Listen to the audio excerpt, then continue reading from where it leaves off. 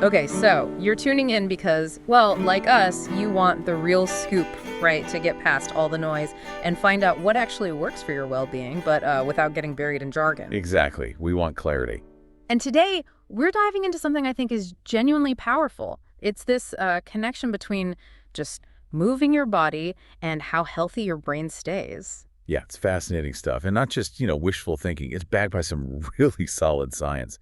We're talking about how physical activity impacts memory, focus, even the brain structure itself. It sounds almost too simple, but the evidence is huge, isn't it? Oh, absolutely huge. Yeah. We're basing this on a massive review. It pulled together, get this, 2,773 separate studies. Wow. Yeah, with over 250,000 people involved. So it's not just a handful of observations. It paints a really clear picture. There's a definite link here. Okay, so our mission today then is to unpack that, to pull out the crucial bits from all this research so you can understand how maybe simple actions can have these big effects on your thinking, especially maybe as you think about getting older. Precisely. Because for a lot of people listening, particularly if you're over 50, say this isn't just academic. It connects directly to wanting to stay independent, to feel in control. Right, that feeling of control. And this research gives us some real, tangible ways to, well, to actively support our brain health. So what are the main benefits they found? What does the research actually point to? Well, the big takeaways from the review are pretty compelling. We're seeing clear improvements in memory, Okay. sharper thinking, like better focus and processing speed, and just overall better cognitive health, basically. These aren't small things. No, definitely not. And you mentioned this connection to aging and independence. Yes, and that's where a specific part of the brain comes into play, the hippocampus. It seems to be right at the center of these benefits. The hippocampus, I've heard of it, but refresh my memory. What is it exactly? So picture a seahorse. A seahorse. Yeah, roughly that shape and size.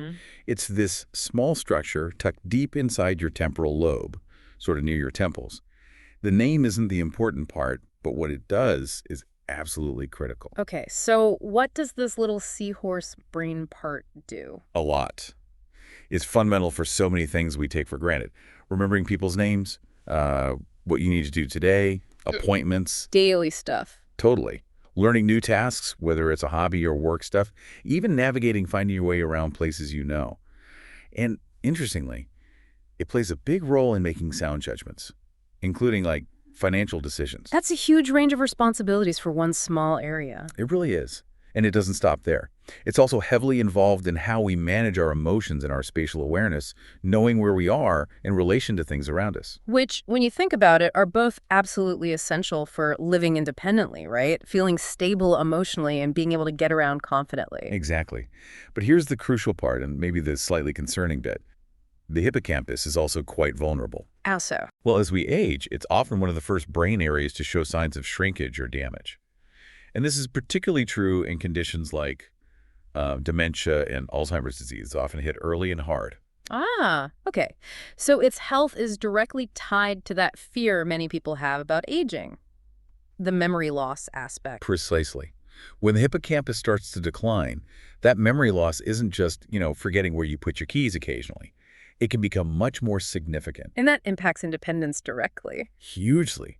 Think about the practical consequences. Maybe forgetting to take vital medications correctly. Oh, yeah. Or becoming more vulnerable to scams because judgment is impaired. Yeah. Getting lost easily, even in familiar places. Forgetting how to do everyday tasks or maybe struggling with caregiving responsibilities. That sounds incredibly stressful and undermines confidence. It really does. And it doesn't just affect the person experiencing it. It impacts their family, their friends, everyone around them. It's a ripple effect. Okay, so that's the challenging side. Is there any good news here? Yes, absolutely. And this is the really empowering part. The hippocampus isn't static. It's not like it just inevitably shrinks, and that's that. It actually has this amazing ability to grow, to adapt, even to repair itself. Even later in life? Even later in life. Yeah. This idea of neuroplasticity, the brain's ability to rewire and change itself, is incredibly hopeful. And the hippocampus is a prime example. And this brings us back to the exercise connection. Exactly. This is where physical activity shines. The research is very clear. Exercise directly benefits the hippocampus. How? Does it actually make it bigger? It can, yes. Multiple studies have shown that regular aerobic exercise, we'll talk about what kind, soon can actually increase the volume, the physical size of the hippocampus. Increase the size? Really? Yes, by up to 2% in some studies over the course of about a year. 2% might not sound like a lot initially. Right, but put it in context. That amount of growth can effectively reverse 1 to 2 years of the typical shrinkage that happens with age in that specific brain area. Wow, so you're potentially turning back the clock on that part of your brain. In a way, yes. It's like, think of the hippocampus as the battery for your long-term memories. Yeah. Age can slowly drain it, right? But exercise is like plugging it back in, recharging it, maybe even upgrading its capacity a bit. That's a fantastic analogy. So we have a way to actively fight back against some age-related brain changes. What's driving that growth? Is it just blood flow? Blood flow is part of it, definitely. Mhm. But a key factor seems to be a protein called BDNF, BDNF. brain-derived neurotrophic factor. Bit of a mouthful. Yeah.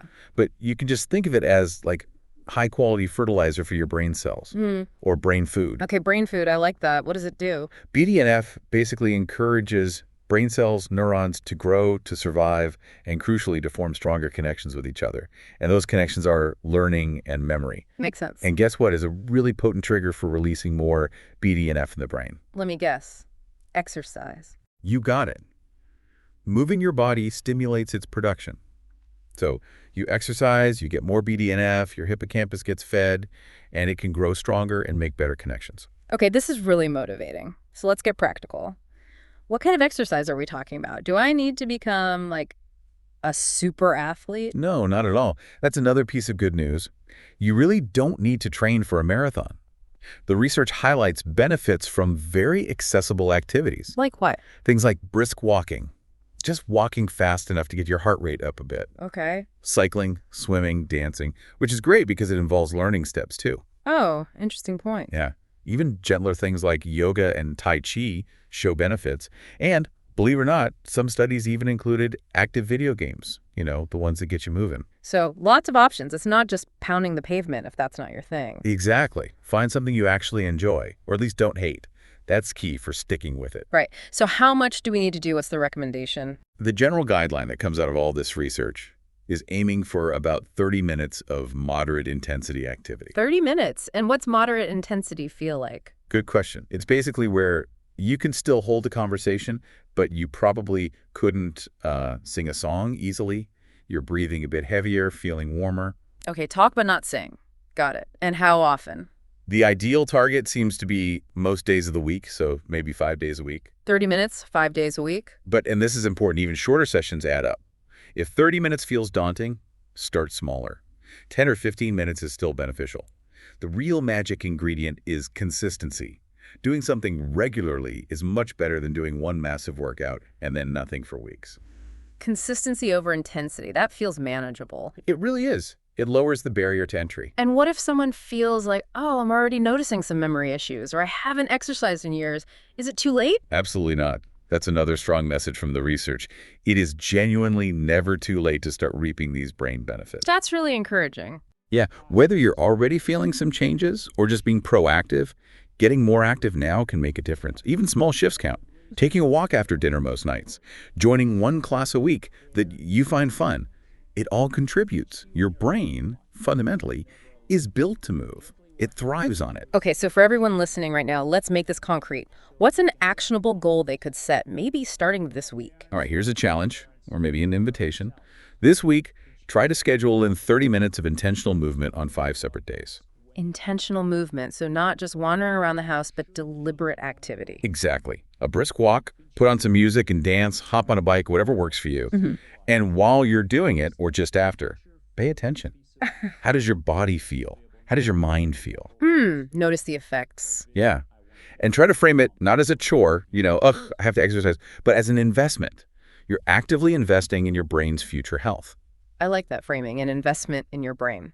Now, you mentioned something about a bonus tip related to tracking. Ah, yes. This ties into being proactive. Consider finding a simple way to track your activity level over time. Why is tracking helpful? Well, interestingly, as we get older, sometimes our memory of how active we've actually been can get a bit fuzzy. Right, we might think we moved more than we did. Exactly. Or we might not notice a slow, gradual decline in our overall mobility. It can creep up on you.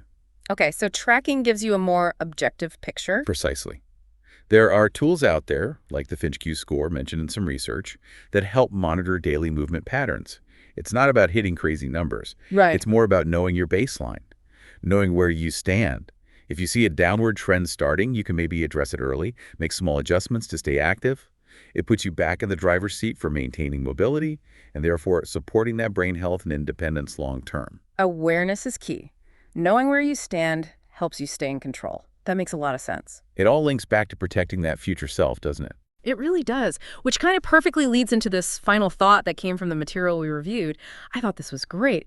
So the next time you find your keys in the fridge, don't panic, take a walk. Yes. I think many of us can relate to the keys in the fridge moment Hmm. or something similar. Definitely. But the message behind the humor is pretty profound, isn't it? It's saying, okay, don't just get frustrated by that slip up, see it as a prompt. That simple act, taking a walk, is you actively doing something protective for your brain. It's an act of caring for your future cognitive function. Yeah. Right there in that moment. It beautifully sums up the core idea. Yeah, it really does. So wrapping this all up then, the big picture is that regular physical activity, it's not complicated, but it's incredibly powerful for your brain. Simple yet powerful. Yeah. It improves memory, sharpens focus now. And it actually helps that key area, the hippocampus, stay healthy and maybe even grow, which is huge for staying independent down the road. And that was our goal today, to distill this amazing research into insights you can actually use without making your head spin. The takeaway is crystal clear. Move your body, help your brain. Couldn't say it better myself. Movement isn't just a nice to have for your brain. It's pretty essential. So as we finish up, here's something to maybe mull over this week. What's one small, truly sustainable change you could make to bring a little more intentional movement into your life? Not just for your muscles or your waistline, but as a direct deposit into your long-term mental clarity and brain vitality account. Think about that one small step. It could make a really big difference over time.